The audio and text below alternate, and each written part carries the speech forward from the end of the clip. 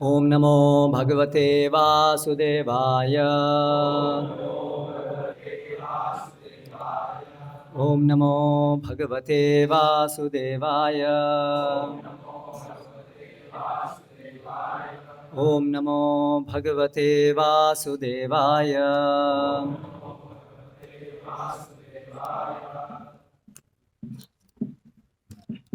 श्रीमद् भागवतम स्कंद 7 अध्याय 10 भक्त शिरोमणि प्रहलाद श्लोक क्रमांक 7 शब्द पाठ।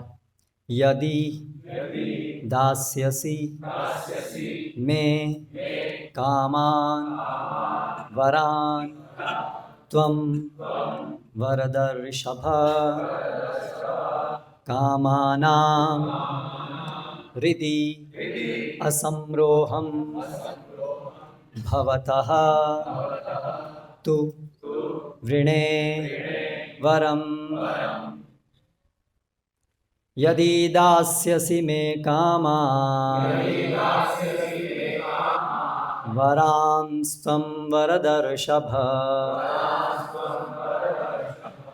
कामानामृत्यसंरोहं भवतस्तु वृणे वरम्। अनुवाद एवं तात्पर्य द्वारा कृष्ण कृपा मूर्ति श्री श्रीमद अभय चरणारविंद भक्ति वेदांत स्वामी श्री प्रभुपाद। हे सर्वश्रेष्ठ वरदाता स्वामी, यदि आप मुझे कोई वांछित वर देना ही चाहते हैं तो मेरी आपसे प्रार्थना है कि मेरे हृदय में किसी प्रकार की भौतिक इच्छाएं ना रहें। तात्पर्य, श्री चैतन्य महाप्रभु ने हमें शिक्षा दी है कि भगवान से किस प्रकार वरदान के लिए प्रार्थना की जाए। उन्होंने कहा, न धनम न जनम न सुंदरीं कवितां वा जगदीश कामये मम जन्मनि जन्मनीश्वरे भवताद भक्तिरहितुकी त्वयि। हे प्रभु, न तो मैं संपत्ति चाहता हूँ, न अनेक अनुयायी, न सुंदर स्त्री, क्योंकि ये सभी भौतिकतावादी इच्छाएं हैं। किंतु यदि मुझे आपसे कोई वरदान मांगना ही हो तो मेरी प्रार्थना है कि मैं चाहे जिस किसी जीवन में जन्म ग्रहण करूं, प्रत्येक दशा में मैं आपकी दिव्य भक्ति से विहीन न हो। भक्तगण उन मायावादियों की तुलना में सदैव लाभप्रद स्थिति में रहते हैं जो प्रत्येक वस्तु को निराकार या शून्य बना देना चाहते हैं। कोई भी मनुष्य शून्यवादी नहीं रह सकता, अपितु उसके पास कुछ न कुछ तो होना ही चाहिए। अतएव भक्त सदैव कुछ न कुछ रखना चाहता है और इसका अत्यंत सुंदर वर्णन प्रहलाद महाराज इस प्रकार करते हैं। यदि मुझे आपसे कोई वरदान लेना ही है तो मेरी प्रार्थना है कि मेरे हृदय में कोई भौतिक इच्छा न रह जाए।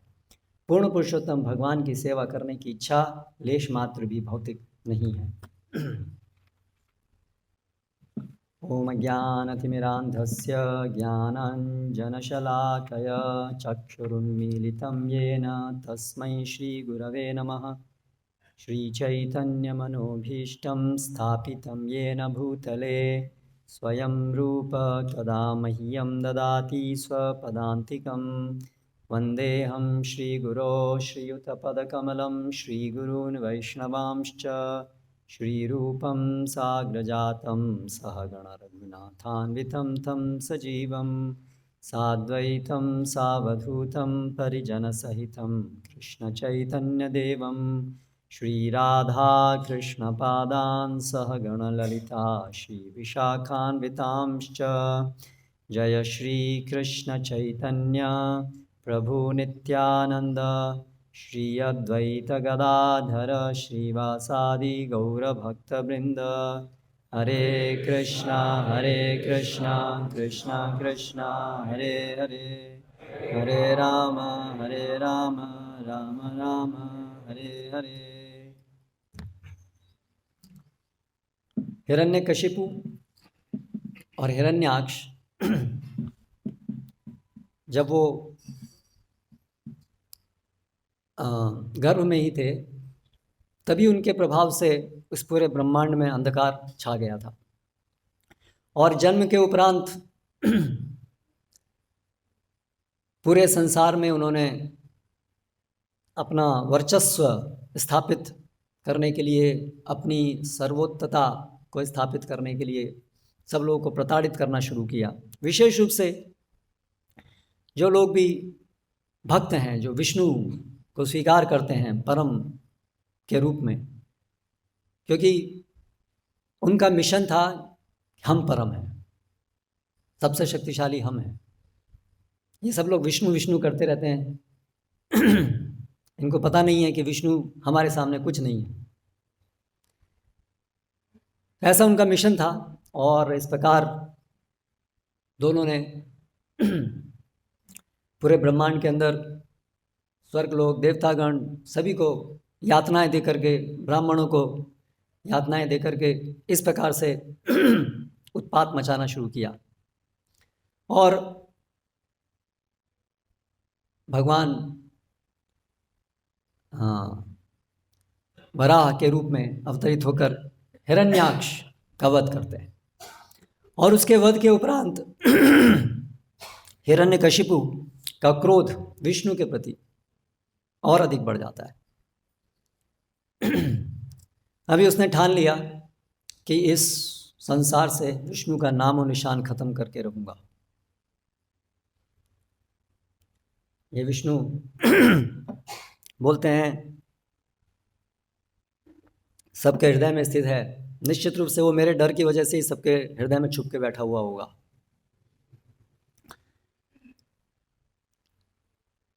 लेकिन ये सब जितने भी मूर्ख लोग हैं जो विष्णु को भजते हैं, मैं इनको सबक सिखा के रहूंगा।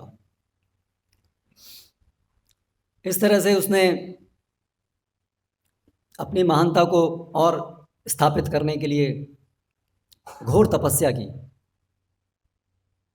क्योंकि उसका पूरा विश्वास था कि अपने बलबूते पर वो अपनी शक्ति को बढ़ा सकता है, इतना बढ़ा सकता है कि वो संसार में सर्वोपरि बन सकता है। इसलिए उसने तपस्या की। और ठीक है, ब्रह्मा जी हैं जिनको अभी वर्तमान में मुझसे आज शक्ति प्राप्त है, तो अभी मैं उनकी पूजा करूंगा और उनसे ऐसे वर मांगूंगा जिससे मैं उनसे भी बड़ा बन जाऊं, सबसे बड़ा, सबसे सर्वोपरि हो जाऊं। तो इस प्रकार की आशा से हिरण्यकशिपु ने घोर तपस्या की और उसके परिणाम स्वरूप इस प्रकार वरदान मांगे जिससे कि वो अमर बन जाए, ऐसा प्रयास किया।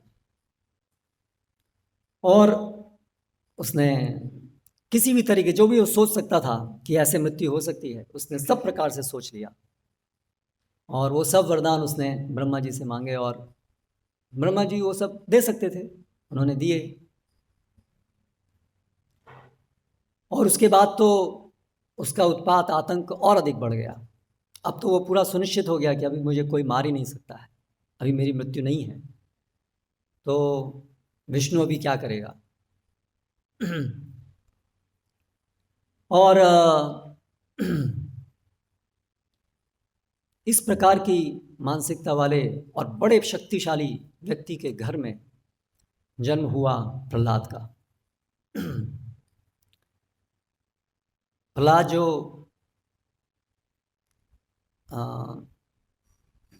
जन्म से ही भक्त हैं, जन्म से ही भक्त हैं, क्योंकि उन्होंने जब वो माँ के गर्भ में हैं तभी उन्होंने नारद मुनि का संग प्राप्त किया, उनकी वाणी श्रवण किया और इसलिए भगवान की भक्ति उनके हृदय में प्रगाढ़ रूप से स्थापित हो गई। ऐसे एक भक्त का जन्म एक ऐसे व्यक्ति के घर में हुआ जो विष्णु को अपना शत्रु मानता है। और बहुत से लोग नास्तिक हो सकते हैं, भगवान में विश्वास नहीं करते हैं। उनमें से कुछ लोग हैं जो सक्रिय रूप से प्रचार करते हैं कि अरे अरे कोई नहीं है, भगवान भगवान, लेकिन उनकी शक्ति बहुत कम होती है। वो किसी को बहुत कम लोगों को कन्विंस कर पाते हैं कि हाँ भगवान नहीं है। लेकिन हिरण्यकशिपु को ऐसा नहीं था, या तो मानो, कन्विंस हो, नहीं तो मर जाओ।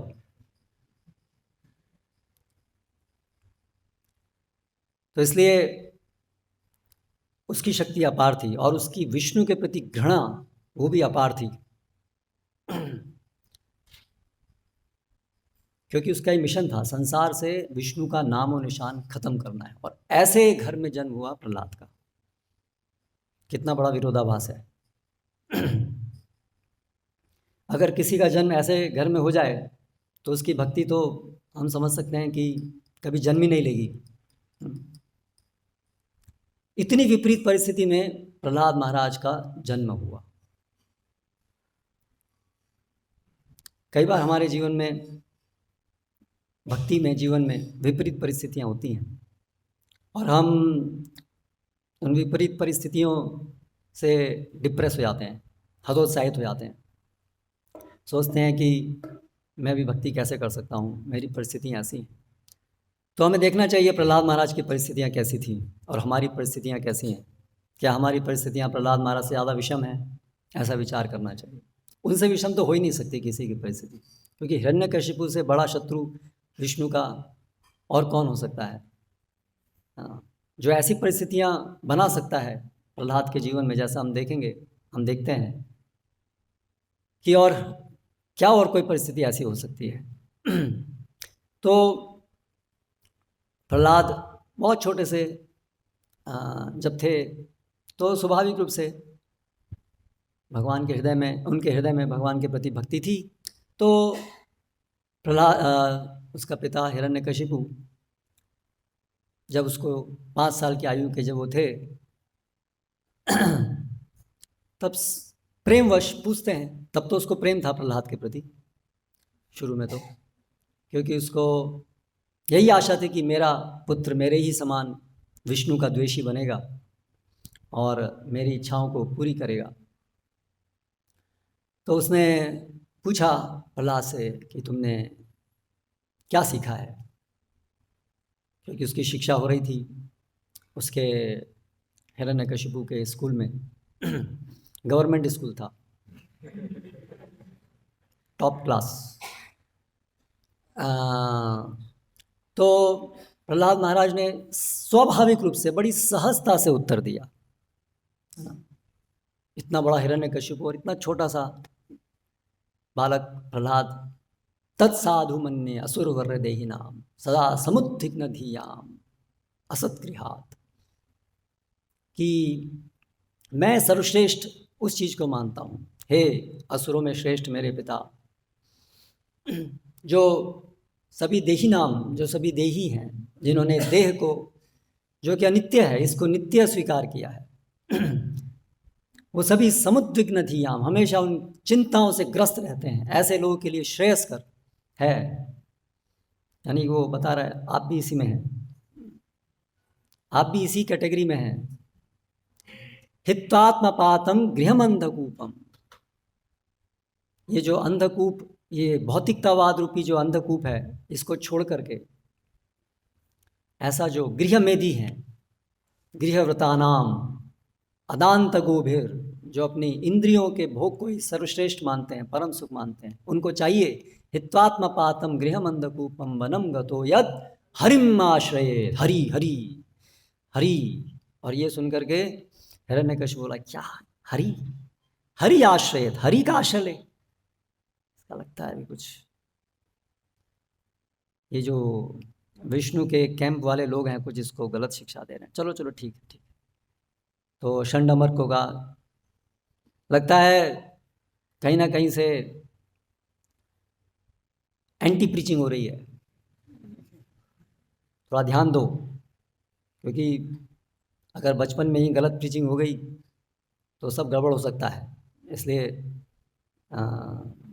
अच्छे से पहरा दो, हॉस्टल के अंदर कोई आ नहीं पाए।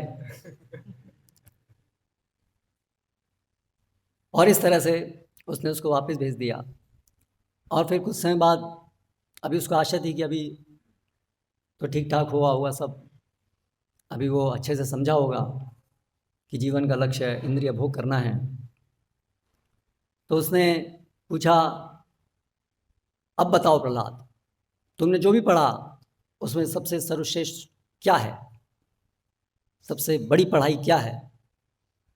तो प्रहलाद महाराज ने उत्तर दिया, श्रवणम कीर्तनम विष्णु स्मरणम पाद सेवनम अर्चनम वंदनम दास्यम सख्यम आत्मनिवेदनम इति पुंसार पिता विष्णु भक्तिश्चन्नवलक्षणा क्रियते भगवती अद्धा तन्मन्यते मन्ये अधीतम उत्तमम अधितम, सबसे बड़ी पढ़ाई, सबसे महत्वपूर्ण पढ़ाई ये है, जिसमें हम ये 9 लक्षणों वाली जो भक्ति है, जो श्रवणम से आरंभ होती है, उसको जब हम भगवान को समर्पित करते हुए इन भक्ति अंगों को करते हैं तो ये सबसे बड़ी पढ़ाई है। तो अभी ये जो हिरण्यकशिपु था, इसका तो दिमाग का पारा बिल्कुल आउट हो गया। क्या क्या बकवास करता है। हाँ, पहले भी तुमने वो हरि का नाम लिया, अभी फिर से वही हरि के श्रवण कीर्तन की बात को सबसे बड़ी पढ़ाई कहते हो। मैंने तुमको किस लिए पढ़ाया? मेरे सारे पैसे बर्बाद कर दिए तुमने। मेरी इतनी उम्मीद थी कि तुम मेरे सारे अरमानों को पूरा करोगे, और यहाँ तुम मेरे दुश्मन के पक्षधर हो गए हो। ठीक है, अरमान पूरा नहीं किया, लेकिन मेरे दुश्मन के पक्षधर हो गए हो।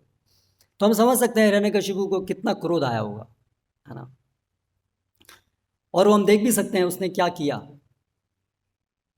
उसने उस छोटे से बालक को मरवाने का आदेश दिया। इसी से हम समझ सकते हैं कि उसकी विष्णु के प्रति कितनी घृणा थी, जो कि अपने एक बच्चे को विष्णु का भक्त होने के कारण मरवा सकता है, ऐसे विचार कर सकता है। उसके अंदर विष्णु के प्रति कितनी घृणा होगी, अपार। उसके आगे कुछ नहीं है, उसका बच्चा भी है तो भी उसको मारने को तैयार है। इसे कहते हैं असुर। हाँ।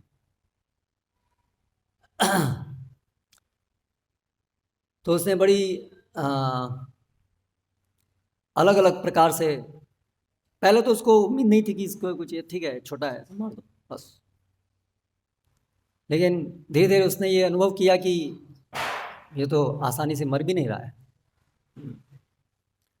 तो उसने एक के बाद एक और अधिक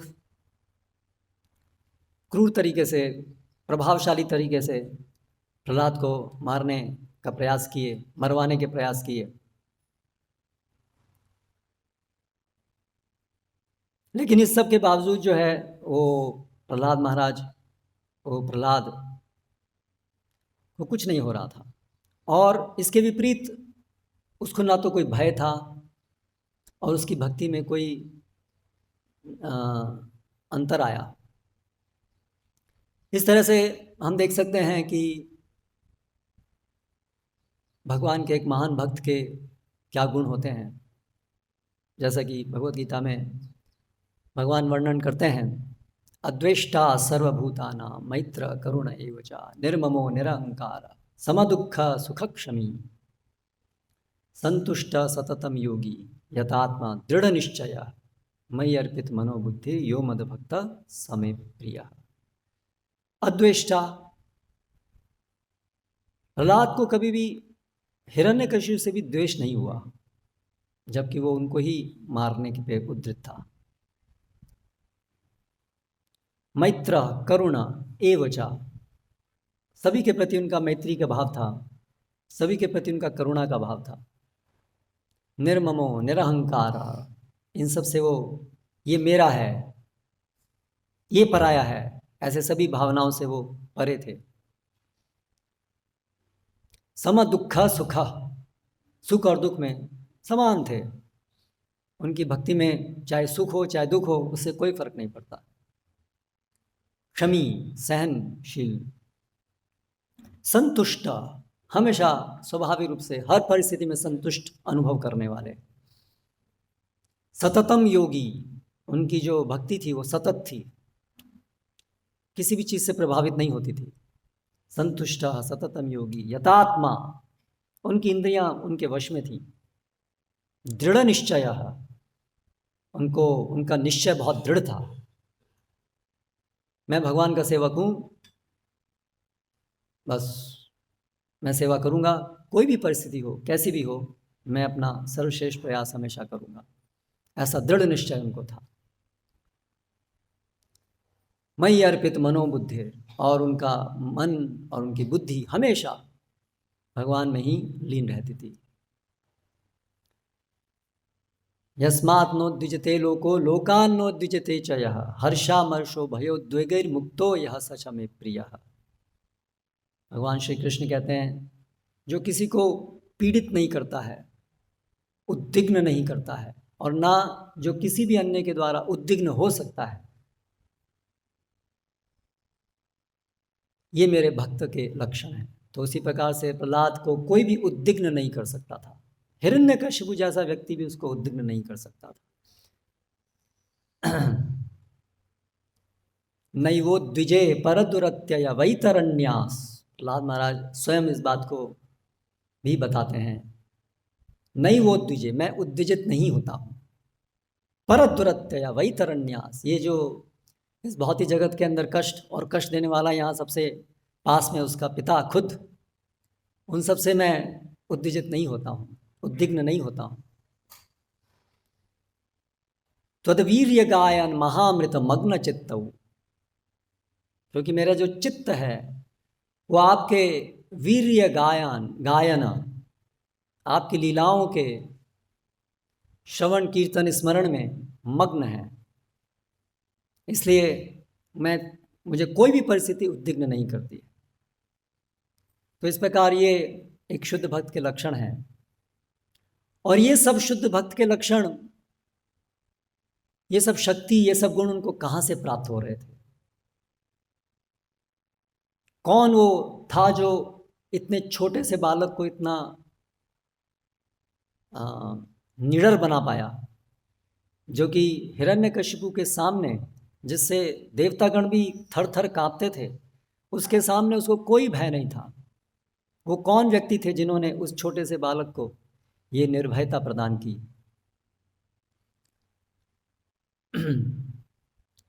वो कौन व्यक्ति थे जिन्होंने इतनी विपरीत परिस्थिति होने पर भी प्रहलाद प्रकृष्ट रूपेण आह्लाद, जो हमेशा आह्लाद में रहते थे, इतनी विपरीत परिस्थिति होने पर भी जो हमेशा प्रसन्न चित्त रहते थे, आनंदित रहते थे,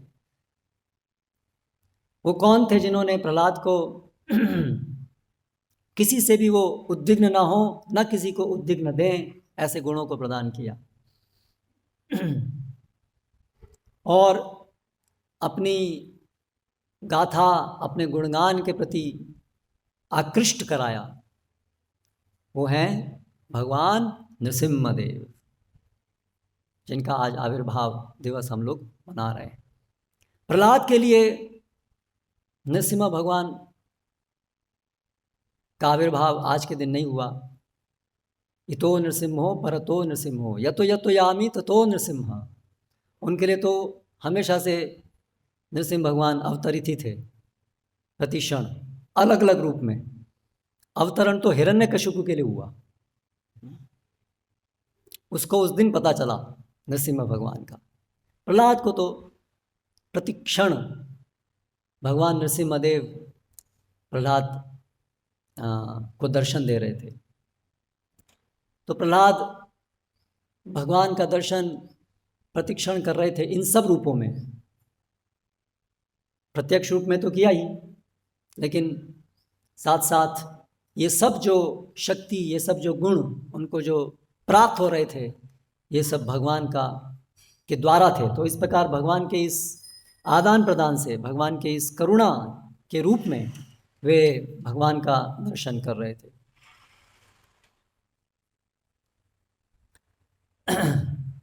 तो इस प्रकार से एक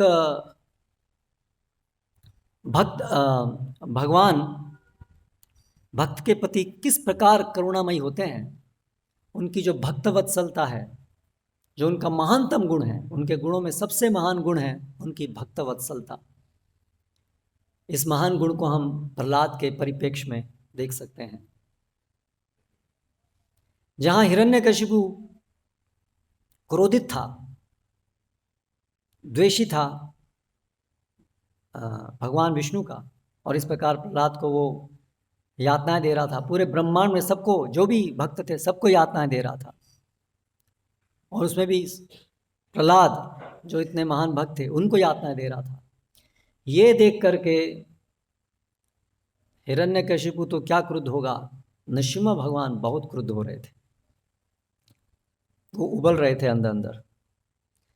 लेकिन वो तुरंत साक्षात रूप में हिरण्यकशिपु के सामने अभी नहीं जा रहे थे, क्योंकि अभी इनका क्रोध और बढ़ना था। तो इसलिए वो तुरंत हिरण्यकशिपु को नहीं मारे। ठीक है, करो और करो और यातनाएं, ठीक है। हालांकि प्रहलाद महाराज को वो रक्षित कर रहे थे, लेकिन हिरण्यकशिपु को वो नहीं रोक रहे थे। तो भगवान ऐसा करते हैं। भगवान व्यक्ति हैं, भगवान की भावनाएं हैं। हमारे अंदर जो भी भावनाएं हैं वास्तव में भगवान से ही आई हैं। सभी के उद्गम भगवान ही हैं। इसलिए भगवान के अंदर भावनाएं हैं, वत्सलता की भावना है और असाधु दुर्जनों के प्रति क्रोध की भावना भी है। लेकिन भगवान की भावनाएं हमारी भावनाओं से, बद्ध जीवों की भावनाओं से पृथक हैं, गुण के रूप में पृथक हैं। हमारी जो भावनाएं हैं वे तीनों गुणों के द्वारा उद्भूत होती हैं, प्रभावित रहती हैं। लेकिन भगवान की भावनाएं, भगवान पूरी तरह से निर्गुण हैं, तीनों गुणों से परे हैं। इसलिए उनका क्रोध और उनका प्रेम वो दोनों ही परम स्तर पे है। उसमें कुछ भी त्रुटिपूर्ण नहीं है। किंतु हमारी बद्ध अवस्था में प्रेम और क्रोध दोनों ही त्रुटिपूर्ण है। हमारी किसी के प्रति करुणा जो बद्ध अवस्था में होती है, और किसी के प्रति द्वेष, ईर्ष्या, ये सभी कुछ त्रुटिपूर्ण होता है, क्योंकि वो जो भी हमारी भावनाएं हैं वो हमारी वास्तविक स्थिति के अंतर से विपरीत अवस्था में रह करके होती हैं। जबकि भगवान का क्रोध भी वो सही है।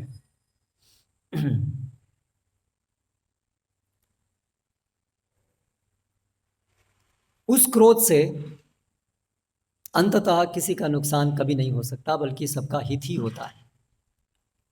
इसीलिए भगवान का क्रोध परम कल्याणकारी है, परम शुद्ध है। ये महान अंतर है भगवान के क्रोध में और हमारे तीनों गुणों से या तमोगुण रजोगुण से जनित क्रोध में। तो भगवान नृसिंहदेव अत्यंत क्रुद्ध थे और उनका क्रोध बढ़ता जा रहा था। इधर हिरण्यकशिपु प्रयास कर रहा था, एक के बाद एक प्रहलाद को यातनाएं दे रहा था, और उधर नृसिंह भगवान का क्रोध बढ़ता जा रहा था।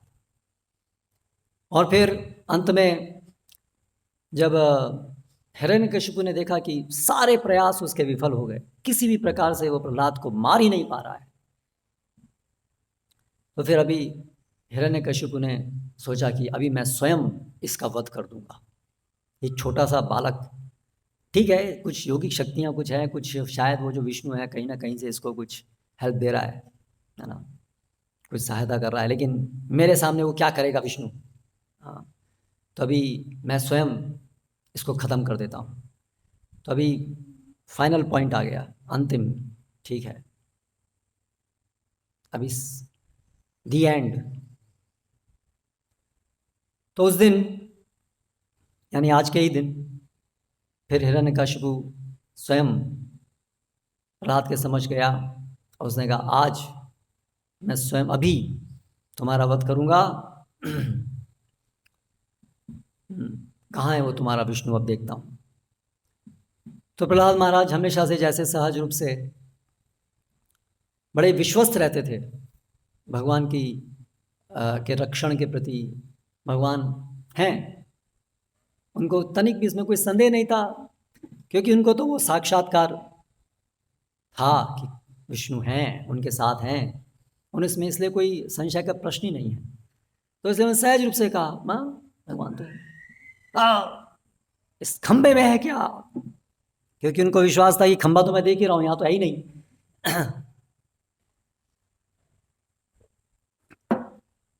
तो प्रहलाद ने कहा हाँ सब जगह है।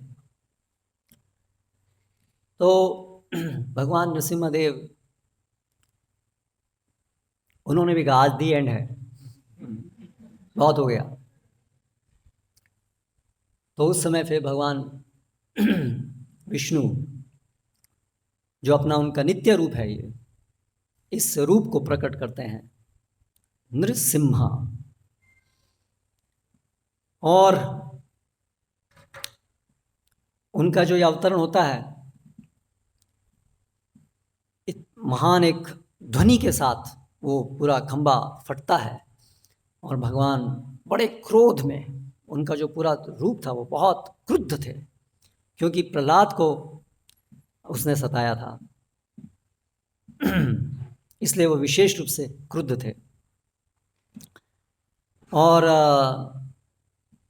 इस रूप में उन्होंने उस हिरण्यकशिपु को ऐसे मार दिया जैसे कि कोई बच्चा हाथ में भिंग, एक छोटे से एक मकड़ी को मसल देता है।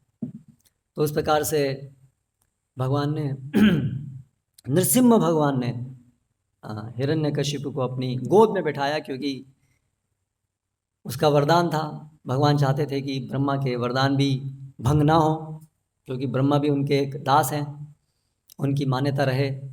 इसलिए उन्होंने उसको गोद में बैठाया, क्योंकि उसको वरदान था कि वो ना आकाश में मर सकता है, ना जमीन पे मर सकता है। और अलग अलग जो भी वरदान मांगे थे, उन सब को भी ध्यान में रखते हुए नरसिम्हा भगवान ने उसको अपनी गोद में बैठाकर उसे अपने नखों से उसके वक्षस्थल को चीर दिया। तो भगवान उसको मार सकते थे ऐसे ही, जैसे बोलते हैं ना, क्या मैं देख रहा था एक यहाँ पर दुकान है, क्या है वो, मटन की दुकान है, झटका क्या कुछ था, तेज झटका, ऐसे कुछ नाम था, मुझे याद नहीं। तो भगवान उसको ऐसे भी मार सकते थे झटके में, लेकिन भगवान ने ऐसे नहीं मारा। भगवान को इतना क्रोध था,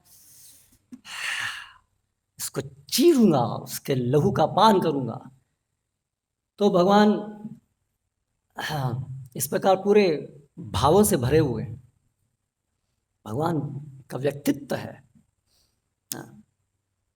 तो क्रोधवश उन्होंने इस प्रकार से हिरण्यकशिपु को इतनी, जितनी क्रूरता उसने की थी, वो सब क्रूरता, इतना क्रोध उनके अंदर था कि इस प्रकार से भगवान ने उसका वक्षस्थल को नखूनों से चीर दिया।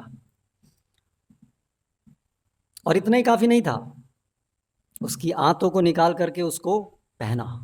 भगवान को गर्व अनुभव हो रहा था, ये मेरा जो भक्त को इसने सताया है, आज मैंने उसको मारा है, ये मेरा आभूषण है कि मैंने उसको मारा है। तो भगवान को अत्यंत आनंद अनुभव हो रहा था कि मेरे भक्त को जिसने सताया है, भगवान चाहते तो उसको ऐसे ही केवल पलक झपकने से भी उसको मार सकते थे, केवल इच्छा करने से भी उसको मार सकते थे, किसी को पता भी नहीं चलता क्या हुआ, मर गया, ऐसा भी भगवान सबको मारते हैं। क्या था वो हिरण्यकशिपु,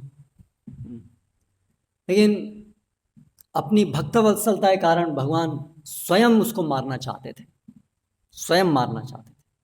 इसलिए भगवान नृसिंह रूप में आए,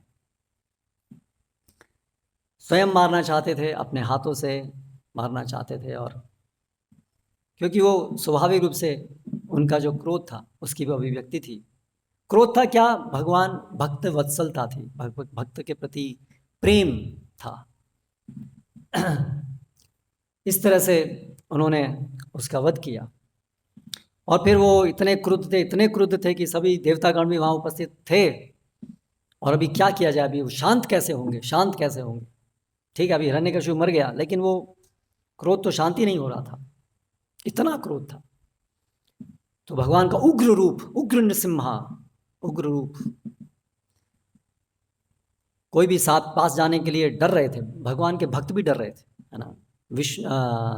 रुद्र और ब्रह्मा, ये लोग भी डर रहे थे कि भगवान इस समय इतने क्रोध में हैं, पास में जाएंगे पता नहीं हमारे को भी एक आध मार दिया। तो उन्होंने कहा प्रहलाद तुम जाओ। और प्रहलाद तो उनको कोई भय नहीं था, न हिरण्यकशिपु तो भय था ही नहीं, बल्कि नृसिम्हा जो उग्र रूप था, उनसे भी उनको भय नहीं लगा, क्योंकि वो भगवान का प्रेम अनुभव कर रहे थे उस रूप में। और वे फिर भगवान से अनेक सुंदर प्रार्थनाएं करते हैं और उन प्रार्थनाओं के फलस्वरूप भगवान शांत होते हैं अंततः। और फिर भगवान ये वचन कहते हैं, प्रहलाद भद्रम भद्रम ते प्रीतो हम ते सुरोत्तमा वरम वृणीष्वाभिमतं कामपूरोऽस्म्यहं नृणाम। भद्र भद्रम ते प्रहलाद, तुम्हारी जय हो, तुम्हारा कल्याण हो। प्रीतो हम, मैं तुमसे बहुत प्रसन्न हूँ। असुरोत्तम, हे असुरों में उत्तम, क्योंकि उनका जन्म असुर परिवार में हुआ था, इसलिए असुरोत्तम कह रहे हैं।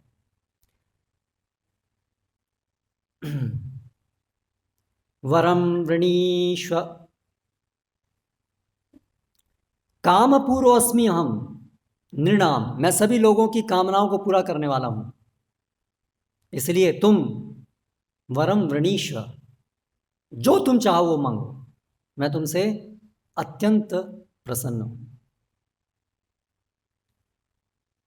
माम प्रीणत आयुष्मन् दर्शनम दुर्लभम हि मे दृष्ट्वा माम न पुनर्जन्तु आत्मानं तप्तुमर्हति। मुझे प्रसन्न किए बिना कोई भी मेरा दर्शन प्राप्त नहीं कर सकता है। मेरा दर्शन प्राप्त करके मेरा भक्त या जो भी मेरा दर्शन प्राप्त करता है, न तप्तुम अर्हति, उसे अभी कोई शोक नहीं हो सकता है, उसकी सारी समस्याएं समाप्त।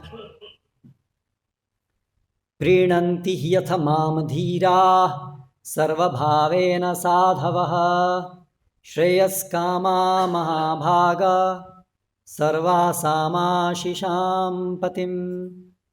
इसीलिए जो सभी इच्छाओं की पूर्ति चाहते हैं, वे सभी लोग मेरी उपासना करते हैं, मेरी भक्ति करते हैं, क्योंकि मैं आशीषाम पतिम, मैं सभी कामनाओं को पूरा कर सकता हूं। तो इस प्रकार आप सोचिए, इतनी बड़ी लड़ाई अंततः समाप्त हुई और अभी स्वयं भगवान प्रहलाद के सम्मुख उपस्थित हैं और उनको कह रहे हैं, मैं तुमसे बहुत प्रसन्न हूं और ये प्रसन्न होकर के अभी तुम मांगो। तो हम होते तो क्या करते? बहुत दिन से बहुत परेशान थे हिरण्यकशिपु से, चलो ये अभी गया, भगवान अभी हम आराम से भक्ति कर सकें ऐसा करिए, कुछ कम से कम इतना तो मांग लेते। हाँ, आराम से भक्ति करें, आराम से। कुछ बहुत टेंशन थी, अभी टेंशन के बिना और कुछ थोड़ा अच्छी सी स्थिति हो, ऐसा हमें को आप कर दीजिए। कुछ ना कुछ तो हम ऐसा मांग लेते। लेकिन प्रहलाद क्या कहते हैं? भगवान के वचन सुन करके प्रहलाद क्या कहते हैं? प्रहलाद कहते हैं, मामां प्रलोभयोत्पत्त्या सक्तं कामेषु तैर्वरैः तत्संगभीतो निर्विन्नो मुमुक्षुस्त्वामुपाश्रितः। हे भगवान,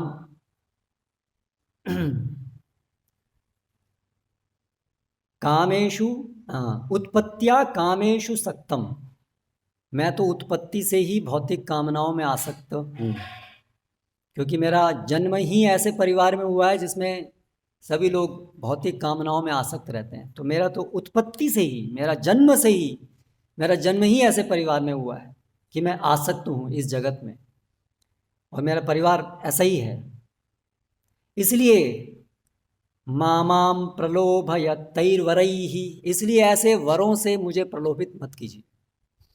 इस भौतिक जगत की कुछ भी कामनाओं के लिए मुझे प्रलोभन कृपया आप मत दीजिए। तत्संग भीतो निर्विन्नो मुमुक्षुस्त्वामुपाश्रितः, क्योंकि मैं तो ऐसे ही कामनाओं से तुम्हें डरा हुआ हूं। प्रहलाद महाराज को हिरण्यकशिपु का डर नहीं था। प्रहलाद महाराज को किसका डर था? भौतिक कामनाओं का डर था। उनके लिए सबसे बड़ी समस्या जीवन में क्या थी? हिरण्यकशिपु नहीं थी। हमें लगेगा सबसे बड़ी जीवन में उनकी समस्या थी हिरण्यकशिपु, और अभी समस्या खत्म हो गई। लेकिन प्रहलाद महाराज के परिप्रेक्ष्य में उनके जीवन में सबसे बड़ी समस्या वो किसे देख रहे थे, है ना? इस भौतिक जगत के प्रति कुछ भी आसक्ति न रह जाए, कोई भी भौतिक कामना नहीं रह जाए। इसलिए वो कह रहे हैं तत्संग भी, तो मैं तो उस कामनाओं के संग से या ऐसे कामियों के संग से मैं भयभीत हूँ। मुमुक्षु, मैं इस भौतिक जगत से मैं नहीं रहना चाहता। मैं इससे निकल करके मैं आपकी सेवा में आना चाहता हूँ। इसलिए मुझे आप क्यों प्रलोभन दे रहे हैं जो मुझे पुनः इस भौतिक जगत में जकड़ के रखेगा? इसलिए कृपया मुझे आप प्रलोभन मत दीजिए। तो ये प्रहलाद महाराज की प्रतिक्रिया थी जब नृसिंह भगवान स्वयं उनसे प्रसन्न होकर के उनको इस भौतिक जगत के अंदर वरदान, स्वयं उन्हें कह रहे हैं कि आप वरदान मांगिए। तो इससे हम समझ सकते हैं कि हमारा सबसे बड़ा शत्रु कौन है। हम बहुत लोगों को अपना शत्रु मानते हैं। हमारे इंद्रिय भोग में जो भी बाधा डालता है उसे हम अपना शत्रु मानते हैं। ये सामान्य विचार है। इस तरह से हम जगत के अंदर कुछ लोगों को अपना मित्र मानते हैं, कुछ लोग अपना शत्रु मानते हैं। जो हमारे इंद्रिय भोग में मदद करते हैं उनको अपना मित्र मानते हैं, बंधु मानते हैं, और जो हमारे इंद्रिय भोग में रुकावट उत्पन्न करते हैं उन्हें हम अपना शत्रु मानते हैं। लेकिन यहाँ पर है शत्रु की सही पहचान। और वो शत्रु कहाँ है? वो शत्रु हमारे ही हृदय में है, वो कहीं और नहीं है। वो शत्रु हमारे ही अंदर है, सबसे बड़ा शत्रु।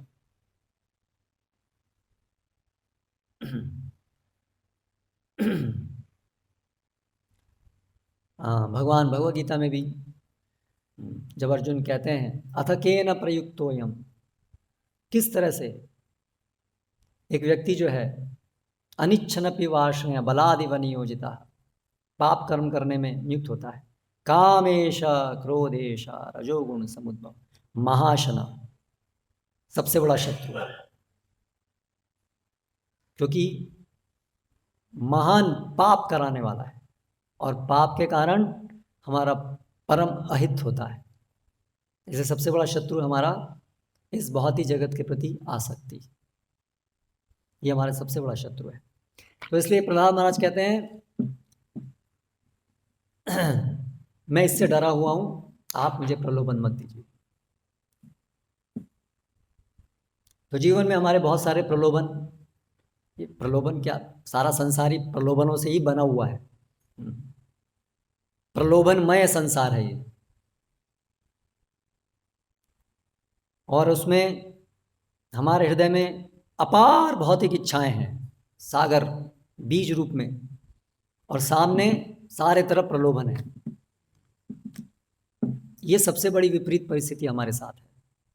अगर हमारे जीवन में कोई विपरीत परिस्थिति वो ये है कि एक तरफ हमारे जीवन में कामनाओं के बीज हैं अनगिनत, और दूसरी तरफ चारों तरफ सब तरफ प्रलोभन है। इसलिए सबसे महत्वपूर्ण प्रार्थना वो ये है कि भगवान इन प्रलोभनों के बीच में हम प्रलोभित ना हों, प्रभावित ना हों इन प्रलोभनों से। तो इसलिए प्रहलाद महाराज कह रहे हैं कि कृपया आप मुझे प्रलोभन मत दीजिए। फिर आगे कहते हैं भृत्य लक्षण जिज्ञासुर भक्तम कामेष्वचोदयत् भवान संसार बीजेषु हृदय ग्रंथिषु प्रभो। भगवान, अगर नरसिंह भगवान उनसे बोले मैं तुमको प्रलोभन क्यों दूंगा भाई, मैं तो तुम्हारा हितैषी हूँ, है ना, मैं तुमको क्यों प्रलोभन दूंगा? तो इस उत्तर में अगर भगवान ऐसा प्रश्न कहें या कोई भी अन्य व्यक्ति प्रश्न करे तो प्रहलाद महाराज इसके उत्तर में कहते हैं भृत्य लक्षण जिज्ञासु। भगवान आप तो कभी भक्त को, भगवान तो चाहते हैं कि भक्त हमेशा भक्ति में आगे प्रगति करे, शुद्ध बने, जल्दी से जल्दी मेरे धाम आ जाए। भगवान की तो हमेशा यही इच्छा है। तो फिर भगवान क्यों प्रलोभन देंगे? भगवान क्यों ये प्रलोभन दे रहे थे? भगवान क्यों उनको बोल रहे थे तुम वरदान मांगो, इस भौतिक जगत में कुछ मांगो? तो प्रहलाद महाराज इसका समाधान करते हैं कि आप परीक्षा ले रहे हैं कि मैं भक्त हूं या नहीं हूं, इसलिए आप ये प्रलोभन दे रहे हैं, क्योंकि आप जानना चाहते हैं कि वास्तव में भक्त हूं या छद्म भक्त हूं, कृत्रिम भक्त, प्लास्टिक भक्त,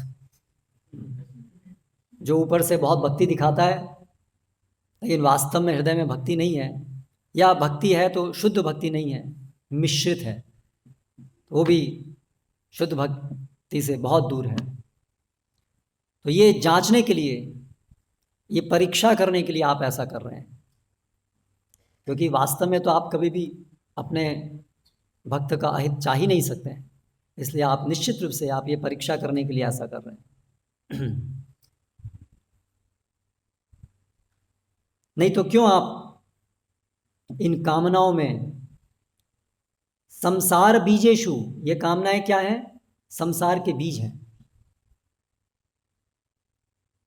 वृक्ष रूपी ये संसार, जैसे एक वृक्ष बीज से पनपता है, उसी प्रकार से ये हमारा जन्म मृत्यु रूपी जो संसार है, इसका बीज है काम। तो ये संसार बीजेशु, ये कामनाएं क्या हैं? संसार का बीज है। हमारे इस भौतिक जगत में बने रहने का जो बीज है वो ये कामनाएं हैं। तो ये हमें गहराई से समझना चाहिए कि हमारा शत्रु कौन है। यही हमारा शत्रु है। सारे समस्याओं की जड़ है हमारी भौतिक कामनाएं। हमारी एक ही समस्या है और कोई समस्या नहीं है, सबकी केवल एक ही समस्या है, वो है भौतिक कामनाएं। ये बहुत बड़ा साक्षात्कार है, समस्या को पहचानना। अगर डायग्नोसिस हो गया तो फिर ट्रीटमेंट की संभावना है, अगर डायग्नोसिस ही नहीं हुआ तो ट्रीटमेंट क्या होगा? तो सब लोग बहुत सारे ट्रीटमेंट कर रहे हैं, समस्याओं का समाधान ढूंढने के लिए प्रयासरत हैं। पूरे इतिहास में करोड़ों करोड़ों सालों से सब लोग समस्याओं का समाधान ढूंढने में लगे हुए हैं, लेकिन समस्या का समाधान नहीं हो रहा है। क्यों नहीं हो रहा है? क्योंकि समस्या का बीज क्या है वो उनको नहीं पता चल रहा है। वो बीज क्या है वो यहाँ बताया गया है, वो बीज है कामनाएं। हमारा सबसे बड़ा शत्रु हमारी ये भौतिक कामनाएं, क्योंकि भौतिक कामनाओं से संसार हरा भरा रहता है। इस भौतिक जगत के अंदर जब तक हमारी इच्छाएं रहेंगी, आसक्ति रहेंगी, तब तक पुनरपि जननम पुनरपि मरणम पुनरपि जननी जठरे शयनम, ये होता रहेगा। हृदय ग्रंथिषु, ये कामनाएं क्या हैं? हृदय की ग्रंथि हैं, जो इस भौतिक जगत के प्रति हमारी आसक्ति को प्रगाढ़ बनाए रखती हैं। हम इनसे निकलने का कभी भी दृढ़ निश्चय नहीं कर पाते हैं। भक्ति भी हमारी दृढ़तापूर्वक नहीं चल पाती है इन कामनाओं की वजह से। फिर प्रहलाद महाराज आए कहते हैं, नान्यथा ते खिल गुरो घटेत करुणात्मनः यस्त आशिष आशास्ते न सभृत्य सवैवणिक। अन्यथा हे अखिल गुरु, सभी के गुरु आप, अन्य और कोई कारण हो ही नहीं सकता है, क्योंकि आप करुणात्मना हैं, आप तो परम करुणामयी हैं। अन्य और कोई हेतु से आप ऐसा नहीं कर सकते। तो ये परीक्षा, ये कैसे ये भक्त की परीक्षा हुई? प्रलोभन देना ये भक्त की परीक्षा कैसे हुई?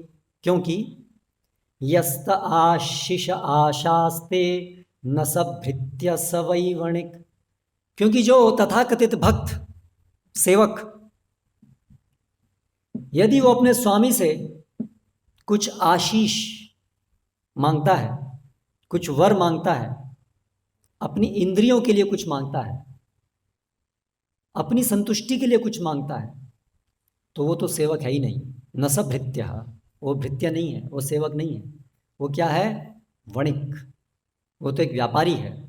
अगर अपनी सेवा के बदले यदि कोई सेवक बदले में स्वामी से कुछ अपने लिए मांगता है तो फिर वो सेवक नहीं हुआ।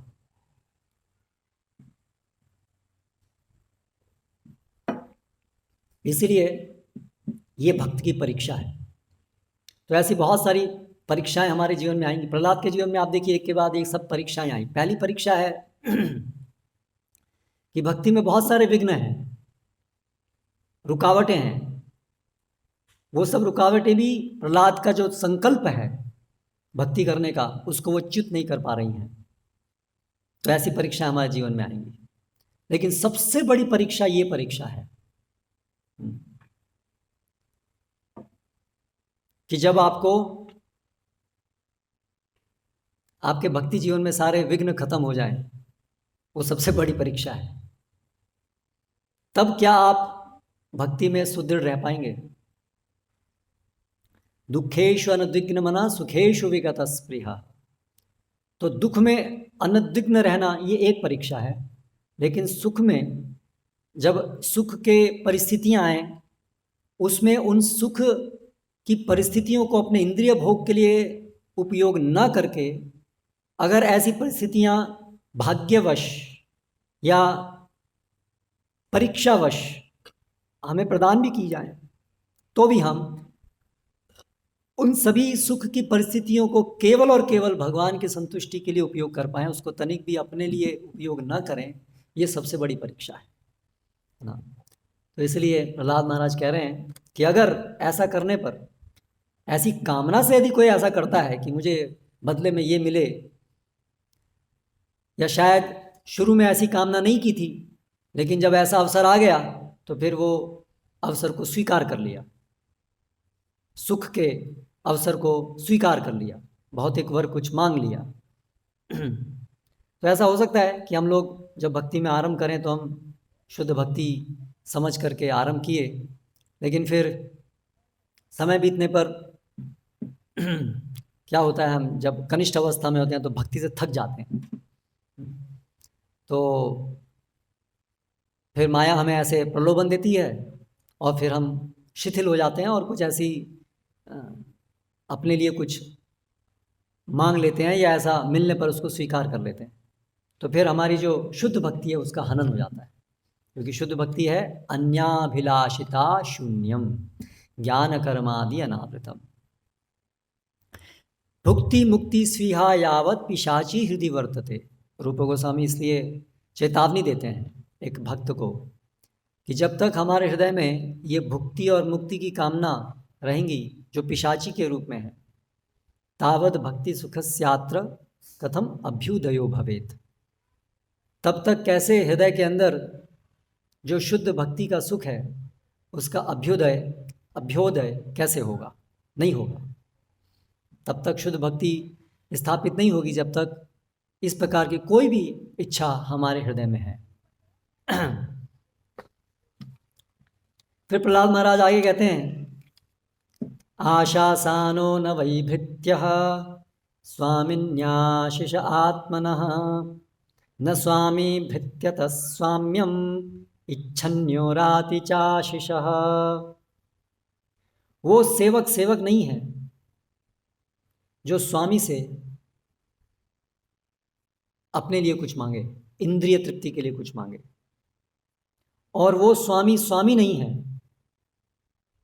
जो स्वामी बनना चाहता हो, और जो अपने सेवक की भौतिक कामनाओं को पूरी करे, वो स्वामी नहीं। तो इस प्रकार से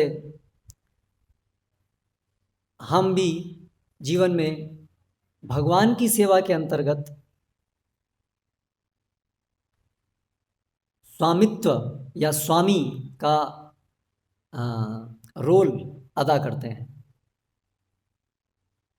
माता पिता के रूप में, प्रचारक के रूप में, मार्गदर्शक के रूप में, गुरु के रूप में, अलग अलग परिस्थितियों में भगवान की सेवार्थ हम भी ऐसा पद स्वीकार करते हैं, लेकिन उसके अंदर ये समझ होनी चाहिए कि वो जो हम सेवा ग्रहण कर रहे हैं आश्रितों की, उसके पीछे हमारी समझ ये नहीं होनी चाहिए कि हम स्वामी बनना चाहते हैं इसलिए हम सेवा ले रहे हैं, बल्कि हम स्वयं एक भृत्य, हम सेवक हैं, इस भावना में पूरी तरह स्थापित रह करके हम सेवा अगर ग्रहण करेंगे तो वो सेवा से हम प्रभावित नहीं, क्योंकि हमारा स्वरूप नहीं है सेवा लेना, हमारा स्वरूप है सेवा करना। इसलिए अगर हमें सेवा लेनी पड़े तो वो केवल उस परिस्थिति में हो सकता है जब हम भगवान की सेवा के अंतर्गत भगवान के आदेश पर या गुरु के आदेश पर हम उस सेवा को ग्रहण करें। किस उद्देश्य से? जो आश्रित हैं उनको सेवा सिखाने के लिए, केवल इस एकमात्र कारण से हम सेवा स्वीकार कर सकते हैं। अगर हमने स्वयं अपने लिए कभी सेवा स्वीकार की तो वो हमारे लिए ऋण होता है और वो हमें भक्ति से च्युत करता है। तो इसलिए स्वामी वास्तव में सेवा, दूसरों की सेवा स्वीकार करने का अधिकारी वो है जो पूरी तरह से स्वामित्व की भावना से परे हो, वो स्वामी होने के योग्य है, क्योंकि वो पूर्ण रूप से मैं सेवक हूँ कृष्ण का, इस भावना में स्थित है। और उसका दूसरा गुण है कि वो कभी भी अपने आश्रितों की भौतिक इच्छाओं की पूर्ति नहीं करता। अर्थात जो मूर्ख शिष्य हैं, अगर वो भौतिक इच्छाएं मांगते हैं तो अगर वो उनकी भौतिक इच्छाएं पूरी करेगा तो वो आसानी से उनको अपना स्वामी मानेंगे।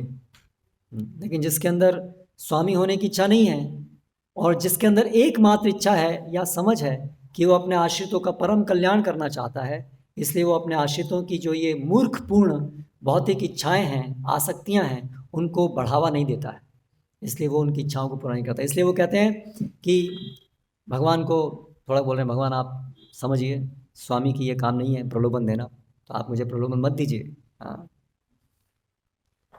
फिर आगे कहते हैं अहम त्वकामस्त्वभक्तस् त्वं च स्वाम्यनपाश्रयः नान्यथेहावयोरर्थो राजसेवकयोरिव।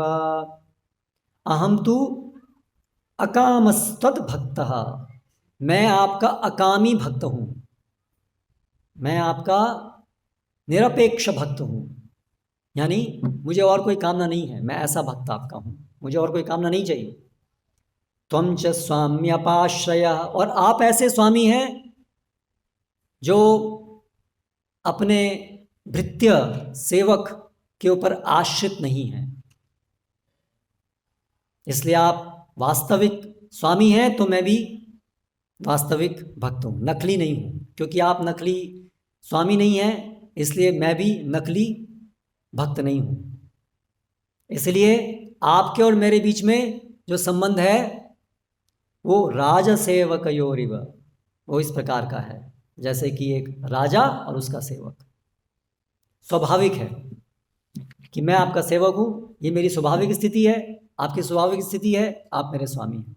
इसलिए उसके अंदर मेरा कार्य आपकी सेवा करना है बिना अन्य कामना किए, केवल इसलिए क्योंकि मैं आपका सेवक हूँ, उसके पीछे और कोई कारण नहीं है। ये शुद्ध भक्ति है। ये समझना है कि हमें क्यों भगवान की भक्ति करनी है, क्योंकि हमारी स्वाभाविक स्थिति है, इसलिए नहीं कि उसमें कुछ कैलकुलेशन है, इससे हमको ये प्राप्त होगा, इससे हमको ये प्राप्त होगा, नहीं, क्योंकि हमारी स्वाभाविक स्थिति है, इसलिए हम सेवक हैं। क्योंकि हम सेवक हैं इसलिए हमारा कार्य है सेवा करना।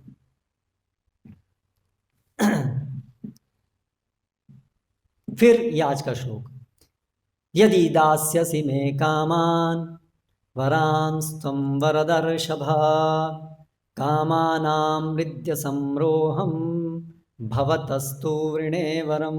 लेकिन अगर आप डटे हुए हैं कि नहीं नहीं मुझे तो कुछ देना ही है आपको तुम्हें आज, तो भगवान आपको अगर ऐसा है तो फिर ये वर आप मुझे दे सकते हैं कि मैं कोई वर नहीं मांगू, ये वर दे सकते हैं।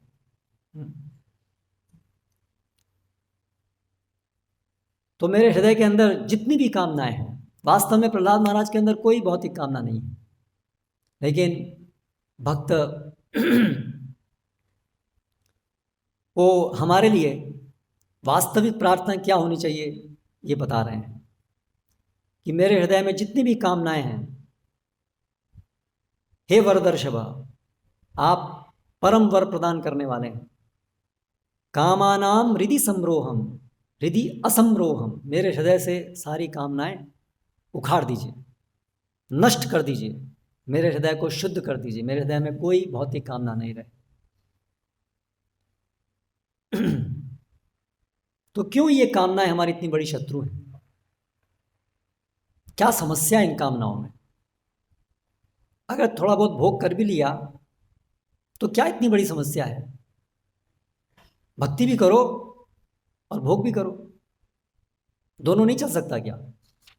तो प्रहलाद महाराज कहते हैं, इंद्रियाणि मनः प्राण आत्मा धर्मो धृतिर्मतिः रीः श्रीस्तेजस्मृतिः सत्यम यस्य नश्यन्ति जन्मना। ये कामनाओं के जन्म से नाश होता है। किसका नाश होता है?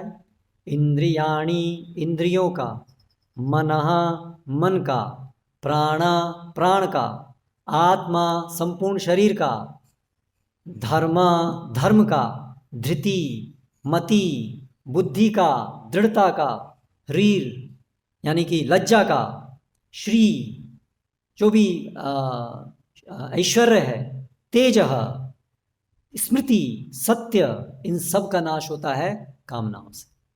तो ये सर्वनाश विनाशकारी हैं कामनाएं, इसलिए इन कामनाओं का नाश हो ऐसा मैं चाहता हूं। विमुंचति यदा कामान मानवो मनसि स्थितान तर्ह्येव पुंडरीकाक्ष भगवत्वाय कल्पते। यदा, जब एक व्यक्ति मनसे स्थितान, मन में स्थित इन कामनाओं से मुक्ति प्राप्त कर लेता है, तरही एव, तभी केवल, हे पुंडरीकाक्ष, भगवत्वाय कल्पते, वो भगवत्ता को प्राप्त होता है, अर्थात भगवान का पूर्ण रूप से दास बनने का अधिकारी होता है, क्योंकि उस गुणात्मक रूप से वो भगवान के समान बन जाता है। भगवान की सेवा तभी की जा सकती है शुद्ध रूप में, पूर्ण रूप में, जब भगवान के ही समान माया से अतीत, गुणातीत हम हो जाते हैं, तभी वास्तव में हम भगवान की सेवा करने के योग्य बन पाते हैं। उससे पहले हम केवल साधक हैं, उससे हम केवल प्रयासरत हैं कि हम भगवान की सेवा कर करके भगवान की सेवा करने योग्य बन पाएं। तो इसलिए ये निर्णय है कि इसीलिए ये कामनाएं हमारे हृदय से खत्म होनी जरूरी है, क्योंकि उसके बिना हम भगवान के साथ जो हमारा वास्तविक संबंध है वो कभी स्थापित नहीं हो सकता। इसीलिए प्रहलाद महाराज अंत में कहते हैं, ओम नमो भगवते तुभ्यं पुरुषाय महात्मने हरये अद्भुत सिंहाय ब्रह्मणे परमात्मने। इसलिए भगवान नृसिंहदेव, आपको नमस्कार है। आप पुरुषाय महात्मने, महान पुरुष आप हैं। हरि, सबके कष्टों को हरने वाले हैं, और वो सब कष्टों को भगवान कैसे हरते हैं? कामा हृदया नश्यन्ति, हृदय में जो कामनाएं हैं उनको नष्ट करके आप सबके कष्ट हरते हैं। ऐसे परमात्मा ने, ऐसे परम ब्रह्म को मैं नमस्कार करता हूँ। भगवान नृसिंहदेव की जय, भक्त शिरोमणि प्रहलाद महाराज की, श्रील प्रभुपाद की। हरे कृष्णा कृष्णा कृष्णा हरे हरे, हरे राम राम राम हरे हरे। क्या करेंगे अभी? प्रश्न लेंगे, 9:30 बज गए। कोई अगर प्रश्न है किसी का तो आप पूछ सकते हैं। हरे कृष्ण प्रभु। प्रभु, जैसे भागवतम के दूसरे स्कंद में बताया गया है कि किसकी भौतिक कामनाएं हो या ना हो, उसको केवल कृष्ण की भक्ति करनी चाहिए। और जैसे हमने आज देखा कि हमको भौतिक कामनाएं नहीं होनी चाहिए, तो कैसे समझें? तो द्वितीय स्कंद में बताया है, अकाम सर्व कामो वा मोक्ष काम उदारधि तीव्रेण भक्ति योगेन यजेत पुरुषम परम। जिसकी भौतिक कामनाएं है उसको भी भगवान की ही भक्ति करनी चाहिए, क्योंकि जिसकी भी कोई भी कामना पूरी होगी, भौतिक कामना भी पूरी होगी, वो वास्तव में भक्ति से ही पूरी होगी। बिना भक्ति के किसी की कोई कामना पूरी नहीं हो सकती। इसलिए कामना पूरी करने के लिए भी भक्ति करनी पड़ेगी। तो हिरण्यकशिपु ने तो भक्ति नहीं की, लेकिन उसने कामना तो की, बहुत बड़ी कामना थी उसकी, लेकिन भक्ति नहीं की। तो परिणाम क्या हुआ? वो हमेशा चिंताग्रस्त रहा। वो कभी सुखी नहीं रहा, भौतिक दृष्टि से भी हमेशा चिंताग्रस्त रहा। आप देख लीजिए, चाहे रावण है चाहे हिरण्यकशिपु है, वो कभी शांति से नहीं बैठ पाए। कंस, वो हमेशा चिंतित रहता था, कब कहाँ से कहाँ भगवान कब मार देंगे, क्या हो जाएगा। तो इसलिए जो भक्ति विहीन कामना है, जिस कामना को पूरी करने के लिए हम भगवान से द्वेष करते हुए, भगवान की सत्ता को स्वीकार न करते हुए, अपने बलबूते पर अगर हम कोई भी कार्य को सिद्ध करना चाहते हैं, तो उससे अंततः हमें हर दृष्टि से विफलता होती। भौतिक जगत में कामना करने से, इस भौतिक जगत में बने रहेंगे, वो तो परम विफलता है ही, पर उसके अतिरिक्त इवन जो हम चाहते भी हैं वो भी हमें कभी प्राप्त नहीं हो सकता। हमें उससे कभी भौतिक सुख समृद्धि भी प्राप्त नहीं हो सकती। इसलिए कहा गया है शास्त्रों में, जहाँ जहाँ पर भी भक्ति करने के निम्न परिणामों को दिखाया गया है। वास्तव में भक्ति करने का परम परिणाम क्या है? वास्तविक परिणाम है कृष्ण प्रेम।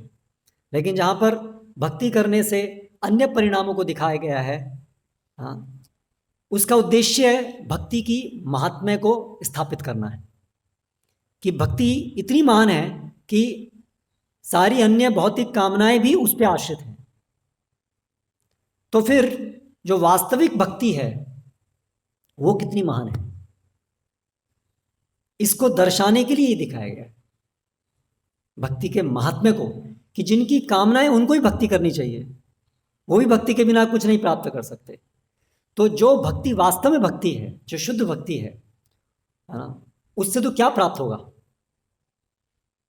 उससे तो स्वयं भगवान प्राप्त होंगे, भगवान की दास्यता प्राप्त होगी, जो सर्वोपरि है। तो ये स्थापित करने के लिए वो बताया है, ना कि प्रेरित करने के लिए कि आप कामना करने के लिए कामनाओं से पूर्ण होकर के भक्ति कीजिए। जब हम आचार्यों के माध्यम से भागवतम सुनेंगे, पढ़ते हैं, तो हमें उसकी ये गुह्य रहस्य समझ में आते हैं। हरे कृष्ण।